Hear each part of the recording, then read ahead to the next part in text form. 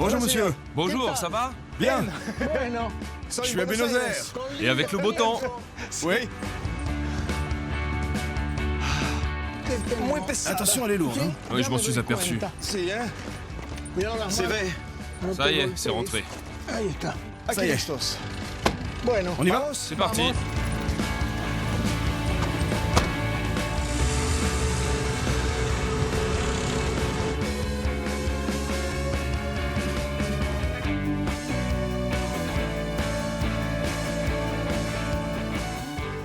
Quel plaisir de découvrir Buenos Aires. Comment vous vous appelez? Moi? Carlos. Ah, Carlos. Encantado, Enchanté, Carlos. François. Comment va, François? Bien. Première fois à Buenos Aires? C'est la première fois. On dit mon Buenos Aires bien aimé, non? Comme dans la chanson. La chanson de Gardel, oui. Vous êtes touriste? Non. Je viens parcourir les routes du vin en Argentine. En fait, je commence mon voyage. C'est bien ça. Vous commencez à Buenos Aires pour connaître la ville? C'est ça. Et après, vous allez où? Dans quelle région? Je pense aller à Salta, à Cafayate et Polo Torrontes, Très bon, oui. et après à Mendoza. Super. Et à Mendoza, vous allez goûter le Malbec et le Sauvignon? Si. Ouais, le Malbec. J'ai beaucoup entendu parler de votre Malbec. Le Malbec, c'est un peu le navire amiral de nos vignobles. Un peu comme s'il était le porte-avions de l'Argentine. J'aime bien l'expression. Le porte-avions de l'Argentine. Oui, un porte-avions que nous n'avons plus, je crois.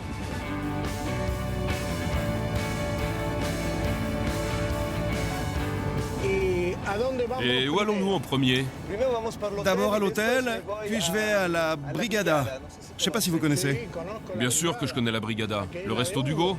Ouais. Vous connaissez Hugo? Bien sûr, on mange très bien là-bas. Oui, c'est ce qu'on m'a dit. Tu verras, tu voudrais y retourner tous les jours pendant ton séjour à Buenos Aires. Ça, c'est sûr. Pas de problème. On peut dire la Brigada de Hugo, c'est du costaud. Et en plus, ça rime.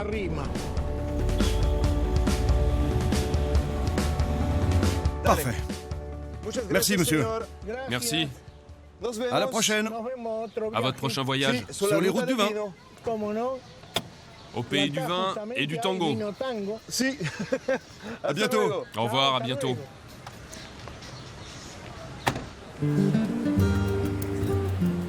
Après avoir déposé mes bagages à l'hôtel, premier contact avec Buenos Aires. La ville dégage une atmosphère particulière, entre l'énergie bouillonnante de ses 11 millions d'habitants et la quiétude de ses ruelles bercées par le tango du quartier bohème de San Telmo. En direction de la Brigada, je prends mon temps, la tête encore dans les nuages, enthousiaste à l'idée de découvrir le restaurant d'Hugo Echevarrieta, aussi célèbre pour sa viande que pour son exceptionnelle cave de vin argentin, la plus importante au monde. Hola. Hola. Hola. ¿Sí? Hola. Je suis François, je cherche Hugo. A Hugo. Yo soy Hugo. Hugo. Sí. Hola. Enchanté. François. On s'est parlé au téléphone. Oui, c'était moi. J'ai l'impression que tu aimes le football, non? Oui, un petit peu. Un petit peu beaucoup. Un petit peu beaucoup, oui. C'est un lieu incroyable ici. Mais tu aimes aussi le vin, on m'a dit. Oui, j'ai une cave très importante. Eh oui, tout le monde m'a dit, à Buenos Aires, tu dois aller visiter la cave de Hugo. Je peux la voir? Bien sûr. C'est par ici, viens. Merci. C'est magnifique ici. Sí. Oh. Quel lieu incroyable. On dirait une crypte. Non. Sí. Raconte-moi un peu l'histoire de cet endroit. Ça fait 20 ans que nous y travaillons. Nous avons fait de cet endroit un endroit spécial pour nos clients. Et tu as combien de bouteilles ici? 52 000. 52 000. No riesco a decir. C'est vraiment hallucinant. Mira. Et par là, qu'est-ce qu'il y a là-dedans? On dirait un lieu très privé. Quasi privada. Ce sont les caves privées de nos clients.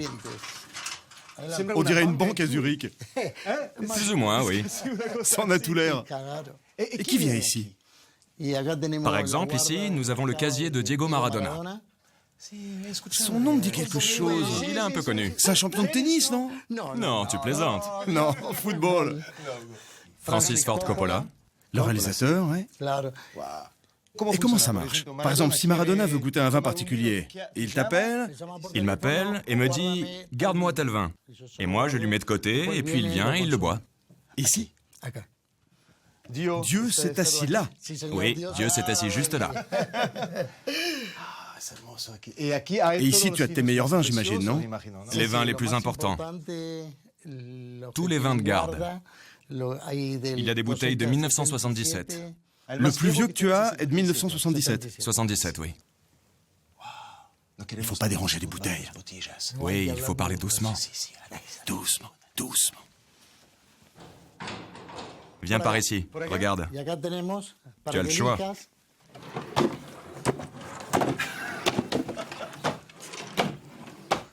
Ça s'arrête jamais. Non. Todo.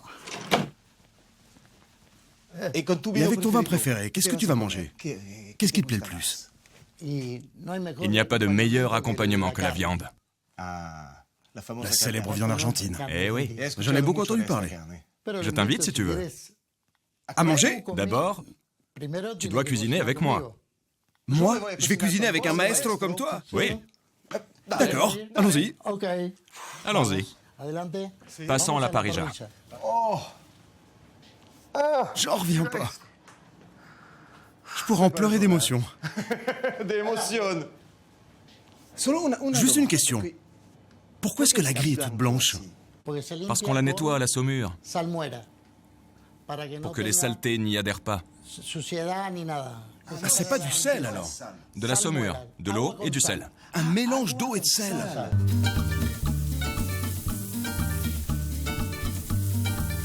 Des testicules de jeunes taureaux. Ojo de bife.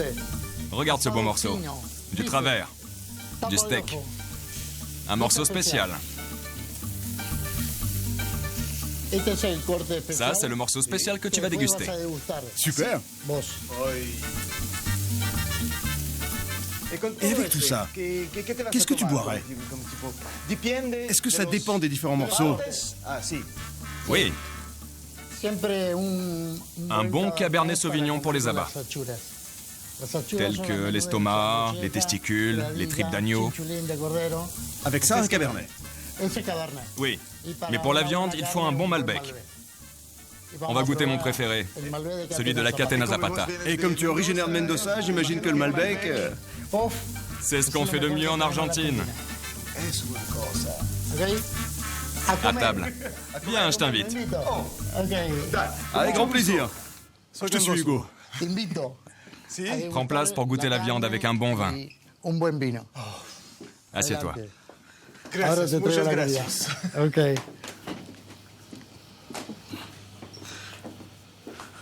François. Je te présente Diego. Bonjour, Diego. On prend une cuillère. Acá la carne Ici, la en cocina Argentine, se on corta coupe la con viande à la cuillère. cuchara, la carne. À la cuillère? J'arrive pas à le croire.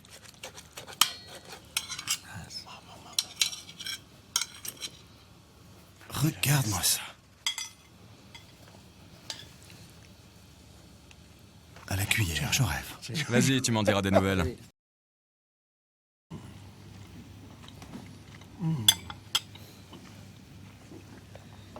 Même sans rien, c'est délicieux. Je peux m'évanouir là. Bravo, à la tienne. Première journée bien remplie. Première viande, premier contact avec le Malbec. Cette mise en bouche est très encourageante pour la suite de mon voyage. Le vin argentin est à l'image du pays et de ses habitants. Puissant, généreux et passionné. Le soir tombant, sur les conseils d'un ami, j'en profite pour me rendre dans une milonga. Plus précisément au Centro Región Leonesa, dans le quartier de Montserrat. Un lieu de danse mythique où le tango est roi. Ici, le tango, c'est comme une religion. On le vit, on le ressent. Il fait partie de l'âme de Buenos Aires. Les jolies robes sont de sortie. Avec élégance et sensualité, des inconnus s'enlacent le temps d'une histoire. Un temps qui reste suspendu.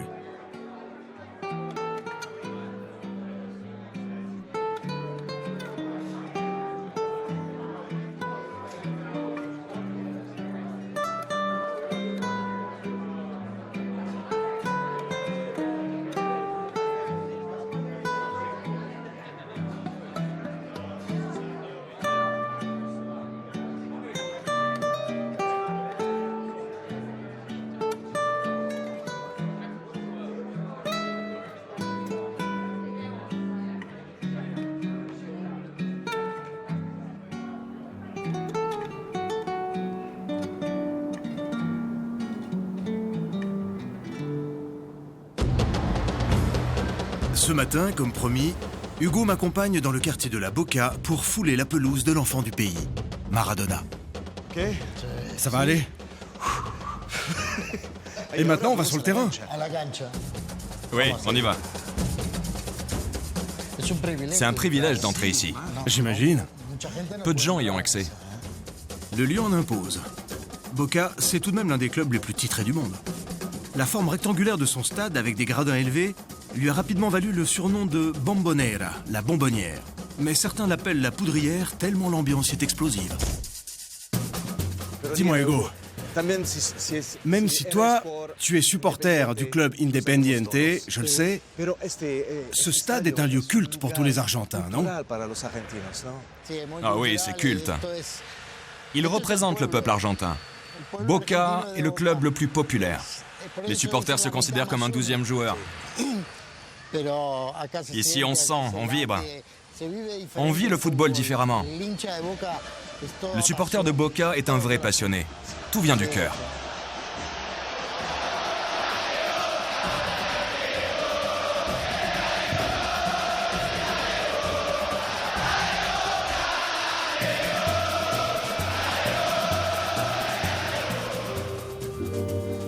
Écoute, la visite a été vraiment intéressante. Ça t'a plu? Ah oui, vraiment. Hugo, merci pour tout. À la prochaine. Merci. Et change pas surtout, hein. S'il te plaît. Au revoir. À bientôt.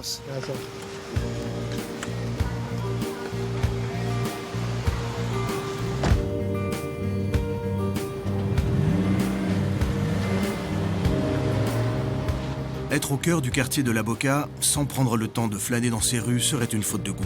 Dans ce quartier, l'un des plus pauvres de Buenos Aires, révèle un charme intemporel. La Boca, c'est un petit monde à lui seul. Une sorte d'îlot où les habitants s'évadent au travers de leurs habitations multicolores. Dernier moment intime avec la belle Buenos Aires. S'étendant sur des kilomètres, la ville laisse entrevoir dans sa démesure le voyage qui m'attend. Départ de Buenos Aires, direction le nord du pays à 1300 km de la capitale. 2h30 de vol me donne l'occasion de me replonger dans mes lectures de voyage. Ma route des vins me mène vers la région de Salta, où la brise des montagnes donne aux 4000 hectares de vignobles une distinction bien particulière.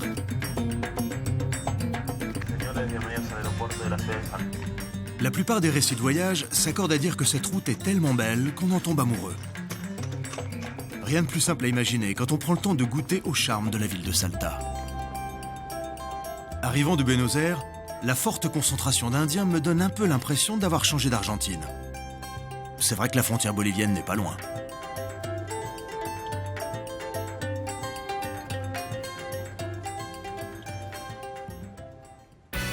Très vite, en prenant la direction de Cafayate, plus importante des vallées calchaquies, je comprends mieux les superlatifs qui font d'elle l'une des plus belles routes au monde. Protégé par la précordillère, le cépage blanc emblématique de l'Argentine, le Torontés, s'exprime sans contrainte dans cette région. Sur les conseils d'un ami œnologue, j'ai pris rendez-vous avec José Pastrana. Il est le gardien du plus vieux vignoble de la vallée, la Bodega La Banda. Dis-moi, José, ce bâtiment m'a l'air très vieux, non? Oui, c'est un bâtiment de 1807. Surprenant, hein? C'est vieux.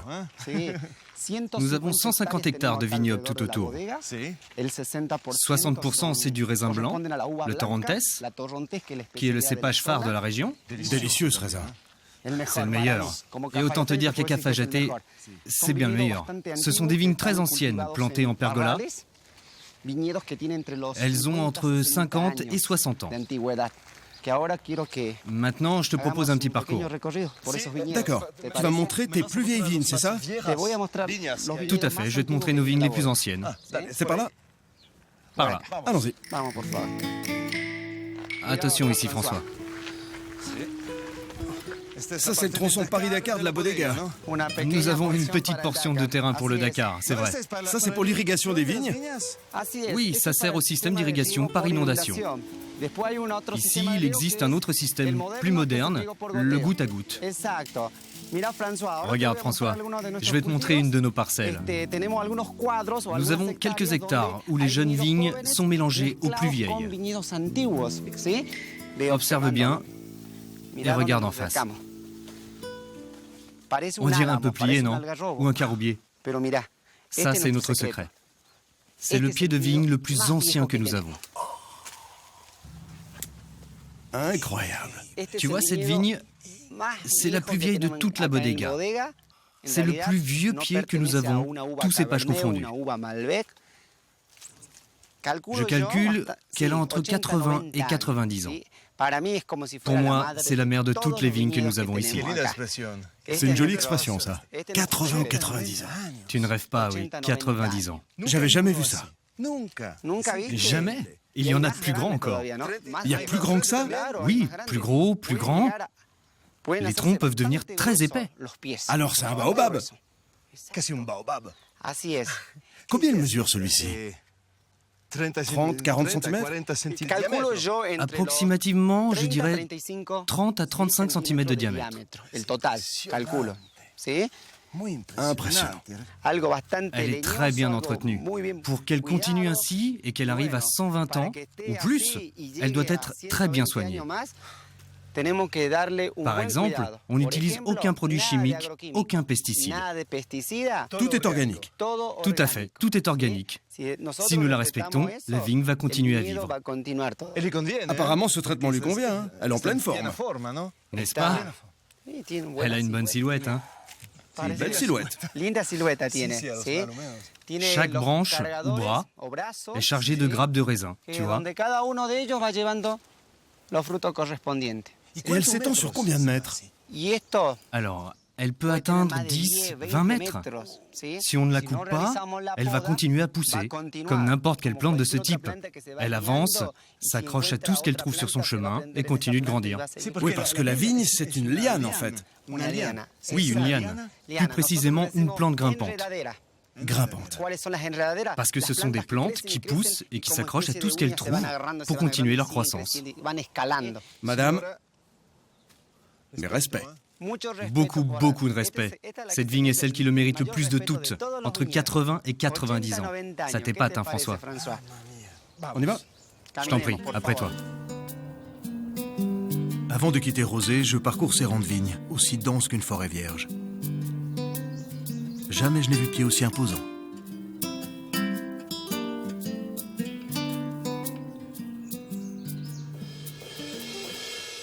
Après cette découverte, une petite visite de Cafajate s'impose. Le constat est rapide. Ici, tout tourne autour du vin.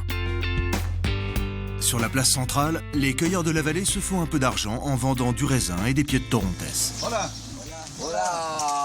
Comment va? Comment tu vas, le gringo? Ça, c'est du Torontes?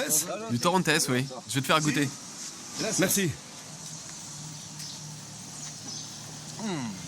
Il est bon, ce raisin. Il est vraiment bon. C'est le Torontes de Cafajate. Merveilleux. Et où sont vos vignes? Non, moi j'achète. J'achète et je vends. Vous n'êtes pas producteur? Non, je ne suis qu'un marchand. Et là, ce sont des petits pieds de Torontes? Cela, oui. Ça, c'est du Torontes. Quel âge il a, celui-là? Celui-ci est d'octobre.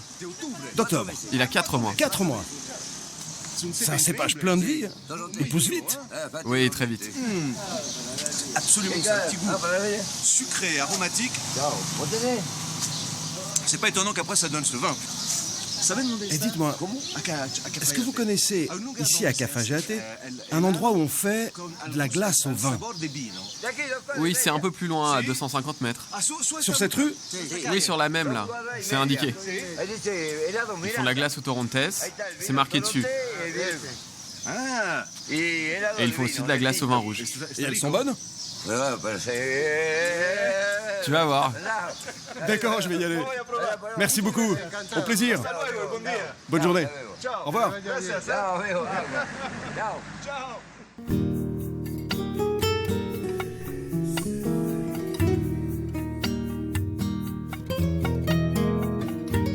Bonjour.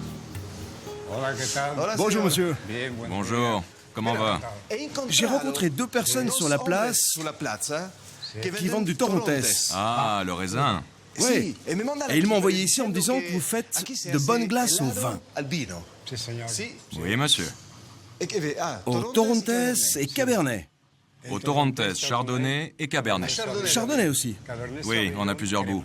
Et je peux voir comment vous faites la glace au Torrontés? On va passer de l'autre côté. Ici en face. Vous m'accompagnez? La préparation à la crème est déjà faite. C'est de la crème fraîche? Disons que la base de préparation de ces glaces est le lait. Il sert à faire la crème. Une fois que la crème a été au repos, c'est-à-dire qu'elle est en maturation, on ajoute le vin. Une bouteille entière? Une entière, puis une autre. 2 bouteilles. Et encore une. Et une troisième? Et on verse le tout dans le batteur. Après, on bat. Et dites-moi, on peut faire de la glace avec tous les vins? Presque. On en a même une au champagne. Ah, au champagne? Maintenant, il faut attendre environ 20 minutes. Et elle va s'épaissir, c'est ça? Oui, c'est ça. Elle va être plus compacte.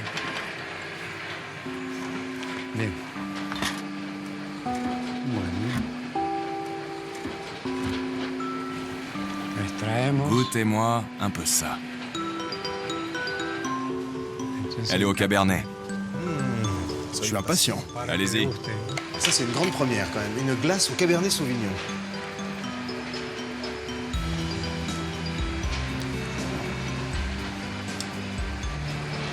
Monsieur, j'aime beaucoup. Non, Vraiment, j'adore. Me gusta muchísimo. À part le Cabernet, on peut faire aussi de la glace avec de la Syrah, du Tanat, mais pas avec du Malbec. Pourquoi pas avec le Malbec? Le cépage doit être plus léger, plus doux. Ah, c'est à tomber. C'est à tomber tellement c'est délicieux. C'est doux, c'est parfumé. Merci beaucoup. Enchanté, monsieur. Enchanté. Merci. Je n'aurais jamais imaginé à quel point ce petit rafraîchissement au Cabernet était un luxe avant d'affronter la route 40. Cette route donne le tournis. 5200 km qui traversent l'Argentine, de la Bolivie à la Terre de Feu. Pour ma part, je vais me contenter des 6 heures de piste, de sable et de cailloux qui me séparent de ma destination, la Bodega Colomé. Désertique, lunaire, ces terres sauvages sont d'une beauté incroyable. Seuls de petits villages isolés me rappellent que je suis sur Terre. Attends, qu'est-ce que j'ai vu là?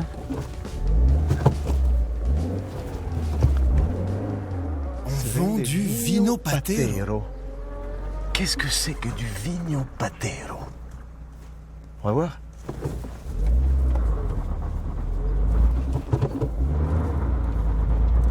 Ah, il manquera plus que je m'en sable. Non, ça y est, c'est bon.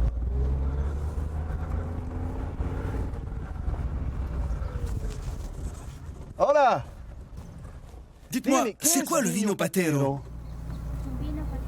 Si. On ne sait pas ce que c'est. Ça vous dit rien? Non. J'ai vu un panneau là derrière. Ici, on vend du vino patero. Il faut demander là-bas. Là? Oui, c'est ça. D'accord, je vais aller voir. Merci. Allons voir.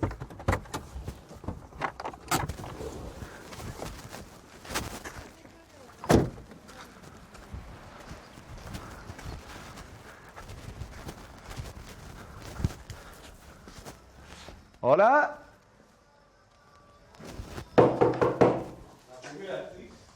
Bonjour madame. Bonjour. J'ai vu le panneau. On vend du vino patero. Oui, en effet. Mais qu'est-ce que c'est? Venez voir, entrez. Merci. Vous allez pouvoir le goûter. Bonjour monsieur. Soy François. Gustavo Bravo. Vous allez bien? Bien, merci. J'ai vu le panneau vino patero. Oui, en effet. On fait ce type de vin. Mais on peut pas faire du vin ici. Pourquoi? Tu penses qu'il n'y a pas de pied de vigne ici? Bah oui, c'est ce que je pense. Bah, s'il n'y avait pas de vigne, d'où sortirait le raisin pour faire le vin? Bah justement, il y a des vignes ici. Bah attends, je vais te faire goûter mon vin. Avec grand plaisir. Ça, c'est le vin que je fais. Patero rouge et patero doux. Des Valle Calchaquies Salta. Incroyable. Mais j'arrive toujours pas à croire que la vigne puisse pousser ici. Une fois que tu auras goûté, je te montrerai. Avec plaisir.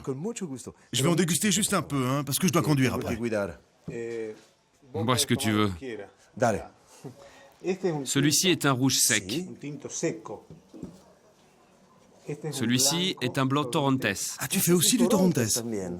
Ah oui. Et je vais aller t'en chercher d'autres. Oui, c'est gentil, mais je peux pas tout boire. Hein.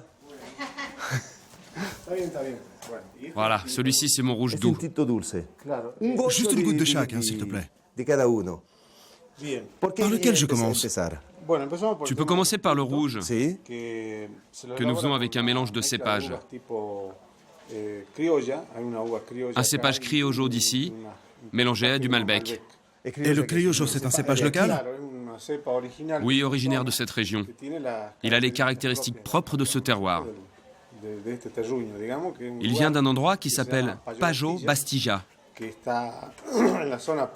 C'est une zone qui se trouve dans la précordillère des Andes, à 1700 mètres.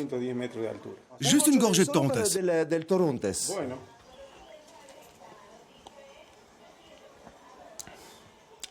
Alors, il est doux au nez et il est sec quand on le boit. Exact. Il a des arômes fruités, mais c'est un vin sec. Il a les caractéristiques d'un Torrontés.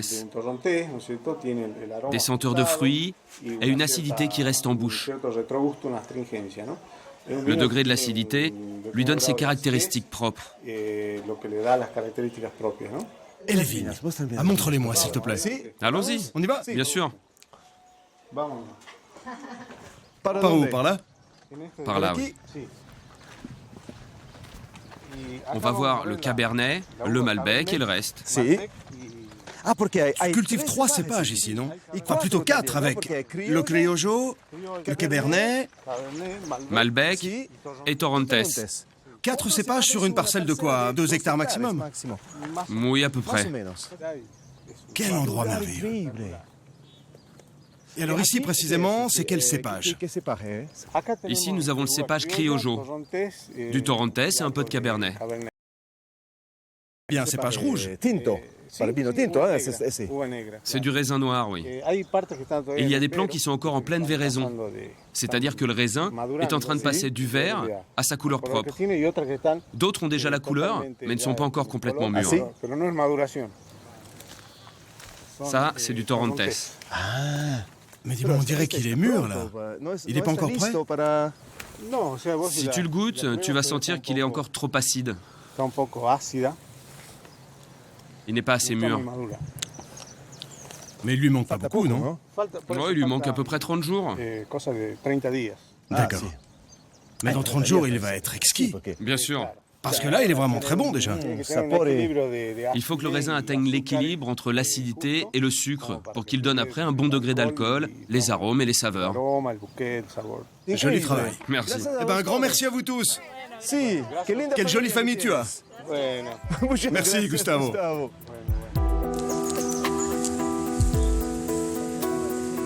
Merci encore pour tout. Bonne journée. Au revoir.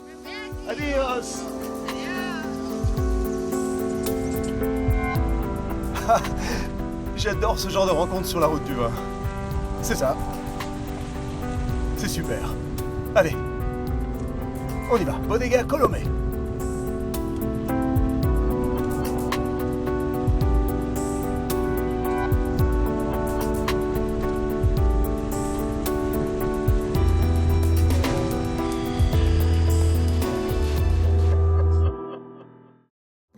Après une bonne nuit de sommeil, je me rends tôt à la Bodega Colomé où j'ai rendez-vous avec Thibaut Delmotte, un œnologue français. Ça pourrait surprendre de trouver un compatriote dans ce coin perdu du nord du pays, mais la richesse des terroirs argentins a depuis une vingtaine d'années attiré de nombreux Français et leur savoir-faire viticole. Hola. J'ai rendez-vous avec Thibaut. Suivez la route tout droit. Gracias.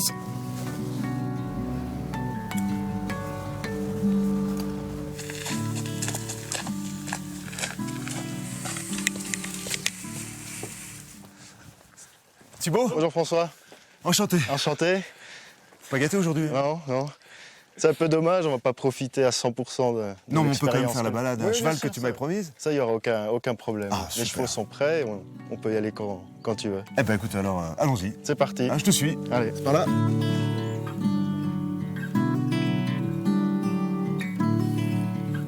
Hola. Bonjour. François, enchanté. Bonjour, vous allez bien? ¿Todo bien? ¿Cuál tomo- Quels chevaux on prend aujourd'hui? Prenez Carnavalero et Kitucho. Ah, il s'appelle Kitucho. Oh là, salut Kitucho. Bon. Dès le début, une impression quasi mystique se dégage des lieux. Le silence magique, une matinée brumeuse et pluvieuse, un environnement paisible où l'on produit l'un des meilleurs Malbecs au monde. Ah, Thibaut, c'est absolument incroyable de se trouver sur un cheval comme ça dans les vignes en Argentine. Et c'est aussi une bonne façon pour faire le tour du vignoble. On a le bon rythme, on peut bien voir ce qui se passe dans le vignoble. Donc on joint l'utile à l'agréable. Tu es arrivé quand ici? J'ai commencé à travailler à Colomé en 2005. Et tu es arrivé d'où? De Bourgogne. De Bourgogne, d'accord. J'ai travaillé en Bourgogne, j'ai passé mon diplôme en Bourgogne. Et voilà, j'ai rencontré le Donald S., le propriétaire, qui cherchait un œnologue. C'était pas dans mes plans de rester travailler, mais le projet m'a plu, le défi surtout m'a plu. Là, on est à quelle altitude exactement? Colomé, c'est à 2300 mètres. D'accord. Et on a des vignobles entre 1700 mètres à Cafajate, 2300 à Colomé. Et un peu plus au nord, on a 2 domaines, 2600 mètres et 3100 mètres. Mais c'est unique au monde, ça. En théorie, c'est le vignoble le plus haut du monde, oui. Ouais, y a beaucoup d'avantages, c'est qu'on a des nuits très fraîches et des journées assez modérées. On n'est jamais au-dessus de 35 degrés, donc ça brûle pas le raisin, ça brûle pas les arômes, on a toujours des arômes assez frais. Donc le froid de la nuit permet de garder l'acidité. Donc on a une très belle acidité dans le raisin, donc dans le vin. On n'a pas besoin d'acidifier les vins à Colomé. L'autre avantage, c'est plus on va en altitude, plus on a de l'ultraviolet. Donc le raisin réagit à ça en produisant une peau plus épaisse et plus obscure. Donc ça donne l'élégance pour les nuits fraîches, beaux fruits, belle fraîcheur, et la concentration pour la peau épaisse. Donc c'est des vins puissants et élégants en même temps. On va descendre là. Ouais.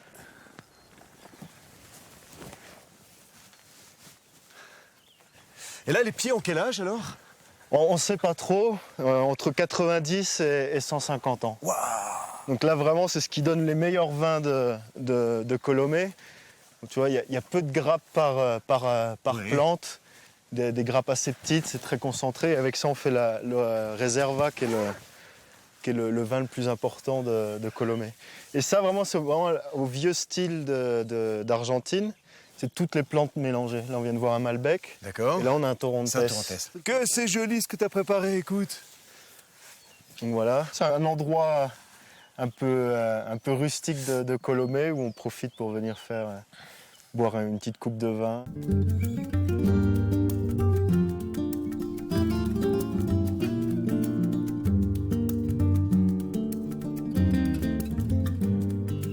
Alors, on m'a dit que ton Malbec faisait partie des 10 meilleurs Malbecs d'Argentine. Tu confirmes? On est dans les meilleures caves, je pense, oui. Tu confirmes. Au moins dans les vallées Calchaquí, on est un peu un précurseur. On a un peu le train, la locomotive du train. Et je pense au niveau Argentine, oui, on peut dire qu'on est dans le top 10. Ouais. Et c'est du 100% Malbec ou? Non, ça c'est un assemblage, 85% Malbec, donc vraiment toutes les caractéristiques principales sont du Malbec, et les 15% entre Syrah, Cabernet Sauvignon et Tanat. Et c'est quoi Tanat? Je connais pas ce cépage. Tanat, c'est un cépage du sud-ouest de la France, Madiran, entre Gers et Pyrénées, et vraiment un cépage très acide et très tannique. Le mot Tanat vient de tanin, justement. Poivré, hein? Exactement, poivré, oui. Et en bouche, un vin puissant, assez rond, donc ça fait vraiment un vin agréable à boire maintenant, mais qu'on peut garder tranquillement Ah dans oui, ça sa peut être vin de cave, garde. 5, 6 ans, maximum 10 ans. Je dirais le Malbec est quand même meilleur quand il est assez jeune. C'est un côté carte postale avec les chevaux qui sont là à côté dans les vignes en Argentine. Pleine Argentine, c'est un bonheur. Thibaut, Santé, salut. merci beaucoup. Non, c'est moi, vraiment.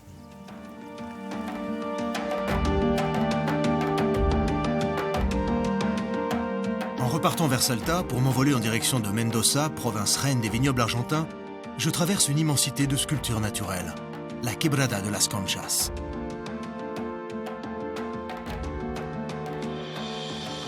La route est somptueuse.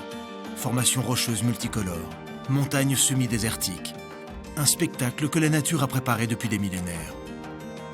Sans aucun doute, cette route restera l'une des plus émouvantes qui m'ait jamais été donnée de parcourir.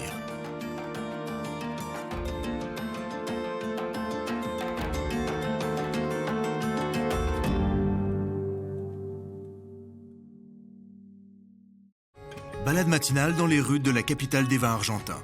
La ville de Mendoza a pour devise « La terre du soleil et du bon vin ». Une belle entrée en matière. En effet, la région de Mendoza, c'est 150 000 hectares de vignes et plus de 1000 caves. De quoi perdre la tête pour un passionné comme moi.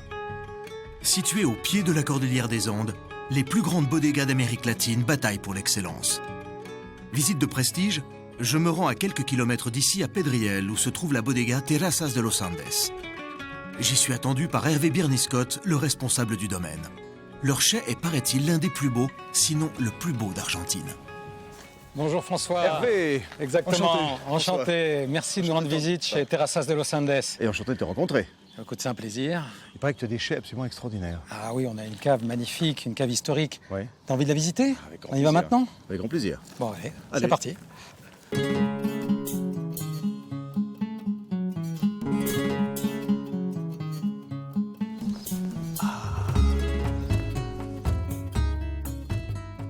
Et voilà. C'est incroyable cet endroit. Voilà, c'est notre temple hein, dédié au vin.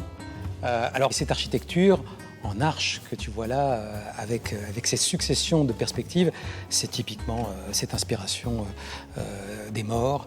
Et il y avait un souci de fonctionnalité, mais un souci d'esthétisme évident, avec des secrets architecturaux hérités de ces années de colonisation de l'Espagne, quelque part. Nous, notre objectif a été de maintenir cette identité et d'y installer quelque part la technologie qui puisse nous permettre de faire les meilleurs vins. Ouais. Mais on avait un gros problème, c'est que les cuves qui servaient à vinifier, à faire le vin à la fin du 19e et début du 20e siècle, c'était des cuves en briques. Et ces cuves en briques étaient bien entendu la fonctionnalité de récipient pour le vin, mais aussi de contrefort pour ces colonnes. Parce que ces colonnes sont grêles, c'est des colonnes qui en elles-mêmes, pas de ciment, pas de ferraille. T'imagines, devant des accélérations horizontales de tremblements de terre, ça s'écroule. Oui, parce que c'est vraiment une zone sismique ici. Une zone sismique, ouais. C'est une zone sismique avec des tremblements de terre destructeurs. Donc ces cuves qui étaient des deux côtés servaient de contrefort. Et quand on les a enlevées pour mettre cette technologie beaucoup plus alimentaire et appropriée de l'inoxydable, il a fallu renforcer avec un travail artisanal. C'était les pyramides pour nous, ça a été un travail colossal. Il a fallu renforcer chacune des colonnes, une par une, avec une technologie bien singulière, bien particulière. La réussite au bout est belle. C'est vrai que c'est magnifique d'avoir réussi à associer l'histoire comme ça et la technologie pour des vins du Nouveau Monde. C'est vrai. Bravo. Ouais. Non, on est fiers de cet écrin-là. Mais t'as pas tout vu. Ah bon? Non, on a un magnifique chai à barrique et en ce moment, on est en train de faire des assemblages de composants, donc des choix de barrique. Ça te dirait de mettre le nez dessus? Avec grand plaisir, oui. Bah, on y va? Très bien. Allez.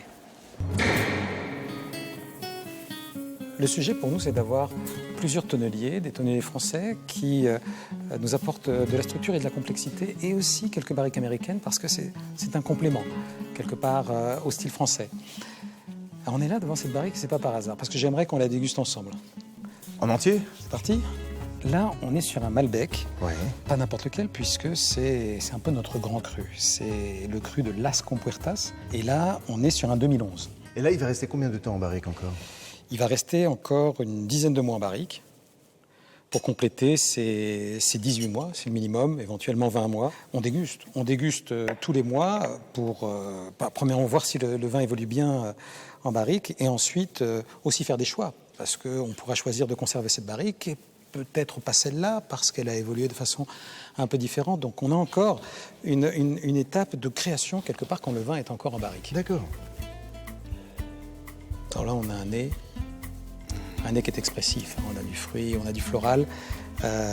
Pour nous, c'est un composant bien particulier parce que c'est le socle dur de notre single vineyard, de l'assemblage. Ça sera ça, plus d'autres composants qui apporteront de la complexité. Mais là, on est sur les fondations de ce qu'on veut faire en termes de vin.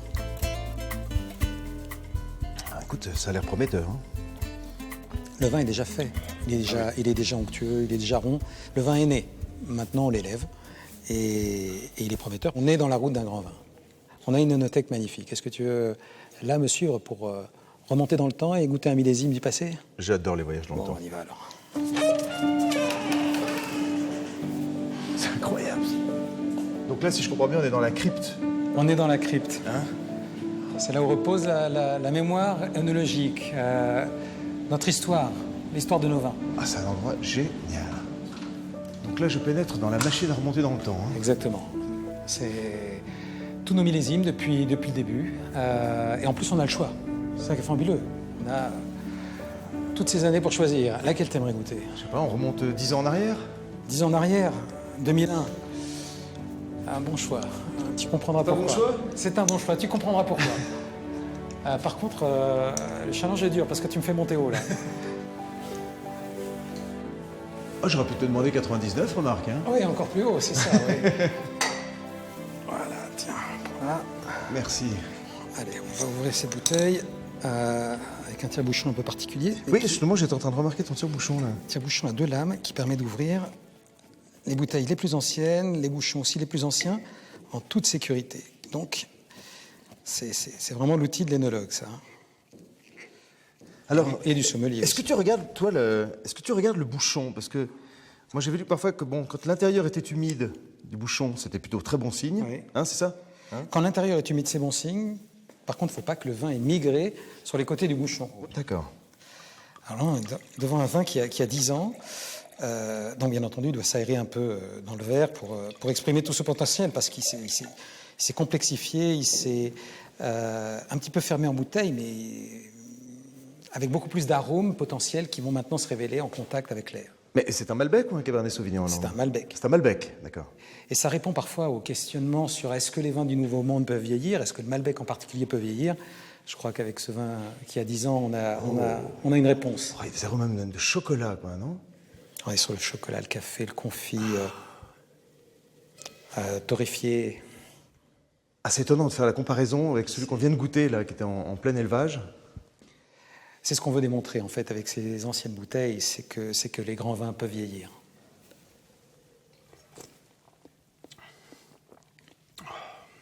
Oh, merveille. Convaincu? Écoute. Santé. Sur les conseils d'Hervé, je me rends dans la vallée de Potrerillos, un endroit magique, à 65 km de Mendoza. La surprise est totale. Dans cette vallée située à plus de 1300 mètres d'altitude, se trouve un lac artificiel qui, avec ses 12 km de long, fait partie des nombreuses sources d'alimentation en eau des vignobles de Mendoza.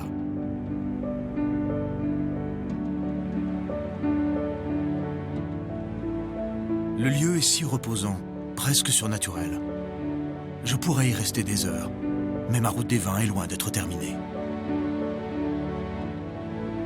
Au pied de la cordillère, j'ai rendez-vous avec Nicolas Audebert, l'œnologue du domaine viticole le plus prestigieux d'Argentine, Cheval des Andes. Un nom qui aujourd'hui dépasse largement les frontières. Voilà. Nicolas, I presume. Bonjour François. Enchanté. Ça va bien? Quel bonheur de découvrir cet endroit. Ah, c'est pas mal, ouais. Donc Cheval des Andes. Exactement. Notre vignoble, 50 hectares, pied de la cordillère. Quelle merveille. Explique-moi un peu, alors juste en gros, bon moi je connaissais Cheval Blanc, Oui. Cheval des Andes, il y a un rapport Oui, bien sûr, c'est le petit frère, quelque chose comme ça.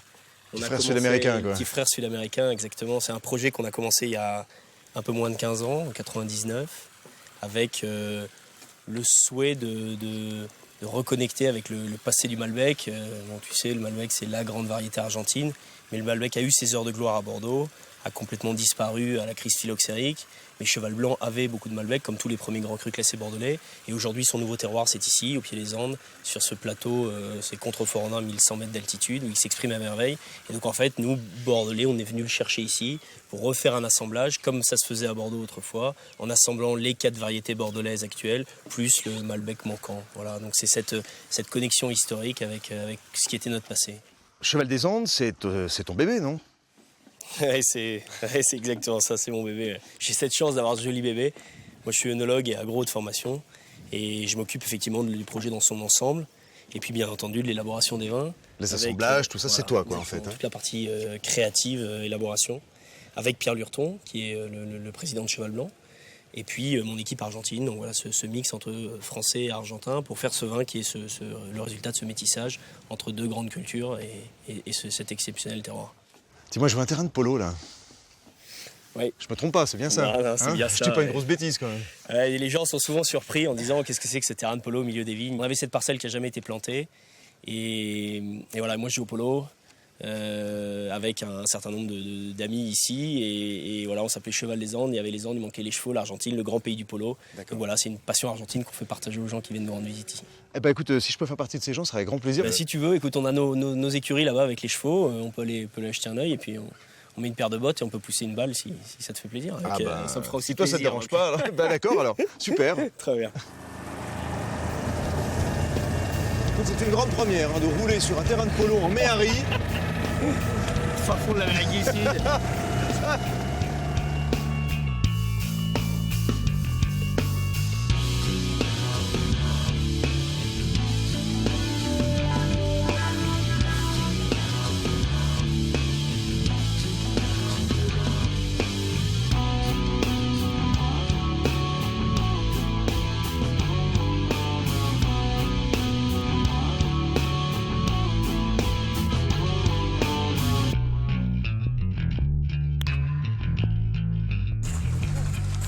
On va jeter un petit coup d'œil dans les vignes, non? Ouais, carrément, ouais. C'est la bonne heure en plus, l'éclairage est pas mal. Là.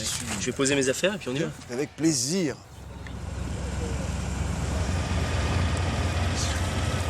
Donc là on a du Malbec, historique. Voilà, ça c'est une des plus belles parcelles qui existent en Argentine à Mendoza. Voilà, c'est les Malbecs très phylloxériques qui ont été plantés à la fin des années 20, donc qui ont plus de 80 ans. Ils sont francs de pied, irrigués à l'arrêt par le vieux système d'irrigation traditionnel. Et c'est la dernière parcelle qui touche la montagne. On est au bord du Rio, collé à la montagne, donc il y a un terroir très très particulier au niveau sol et sous-sol. Et en plus une amplitude thermique colossale. Enfin, c'est un joyau extraordinaire avec lequel on fait le plus grand vin. Mais si tu veux, on va aller voir, je vais te montrer, on va descendre. Donc voilà, notre... Donc ça c'est un monument historique. Hein. Ouais, c'est exactement ça. C'est probablement notre plus belle parcelle, une des plus belles parcelles qui peut exister à Mendoza, aussi bien au niveau de la situation géographique, donc du sol, du sous-sol, de la proximité de la montagne, du bord du Rio, que de ce qui est planté. Donc c'est ces Malbecs pré-phylloxériques qui ont été plantés dans les années 20, des sélections massales, irrigués à l'arrêt, non greffés. Ça c'est un joyau qui n'existe plus nulle part ailleurs dans le monde. Et on utilise la fonte des neiges, donc cette eau qui descend des glaciers, pour avoir l'irrigation tout l'été, puisqu'il ne pleut pas d'eau. Il pleut pas du tout. Hein. Pas d'eau, il y a 15 cm, 20 cm par an en moyenne depuis les 20 dernières années. Et donc cette eau est pilotée dans des canaux et passe en bord de propriété et ensuite va courir dans ce premier canal-là et ensuite rentre dans les rangs. On a un tomero, c'est les gars qui s'occupent de l'irrigation, qui marche avec des bêches et avec sa bêche, il ouvre et il ferme des canaux. Si on veut irriguer, et ben le tomero avec sa sapa, cette espèce de bêche, il va ouvrir ça, hein, juste comme ça, il donne un coup, tac, et l'eau va courir et elle va descendre dans les sillons. Tu vois, on voit bien ici le passage de l'eau, elle va courir là comme ça. Le gros avantage de ça, c'est qu'on reproduit un système de pluviométrie. Le goutte à goutte, c'est une goutte toutes les secondes qui tombe sur le pied de la plante. Alors que nous, on irrigue pendant une journée, puis ensuite on stoppe pendant une semaine. La plante s'adapte, apprend à pas vivre forcément avec de l'eau, va chercher en profondeur, développe son système racinaire. Comme l'eau n'arrive pas en surface avec la goutte, tout ça, ça plonge très profondément. C'est des sols sableux et de graves. Tu sais combien ça plonge? Ça descend à 3-4 mètres. 3-4 mètres facile, ouais. Parce qu'on a ces sols, tu vois, c'est des sables, hein, c'est que du sable, donc excessivement drainant en surface et encore plus en profondeur puisqu'on a ces galets roulés là-dessous, donc qui permet à l'eau de s'infiltrer et aux racines de descendre profondément. Et donc ça c'est le trésor de l'irrigation et l'Argentine traditionnelle, la fonte des neiges et cette eau d'une pureté fantastique qui descend et qui alimente nos vignes. Et comme moi en plus je suis la dernière parcelle collée à la montagne, ou la première, je reçois l'eau en premier, donc une eau cristalline extraordinaire. Mon voyage en Argentine touche à sa fin. Je laisse Nicolas, ses chevaux et son terroir d'exception. Je repense à cette route des vins où chaque paysage, chaque rencontre défile comme des souvenirs indélébiles. Mais pour que ce voyage soit complet, il me reste encore une chose à faire, indispensable. Emprunter la route qui traverse la cordillère.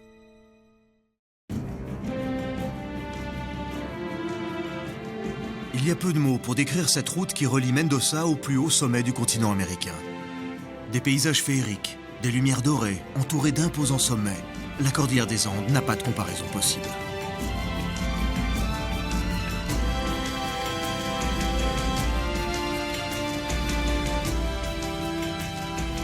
Au milieu de ces paysages, j'attends avec impatience de me retrouver face à la sentinelle de pierre, la Concagua, qui du haut de ses 6959 mètres veille sur la beauté de l'Amérique latine, l'Argentine.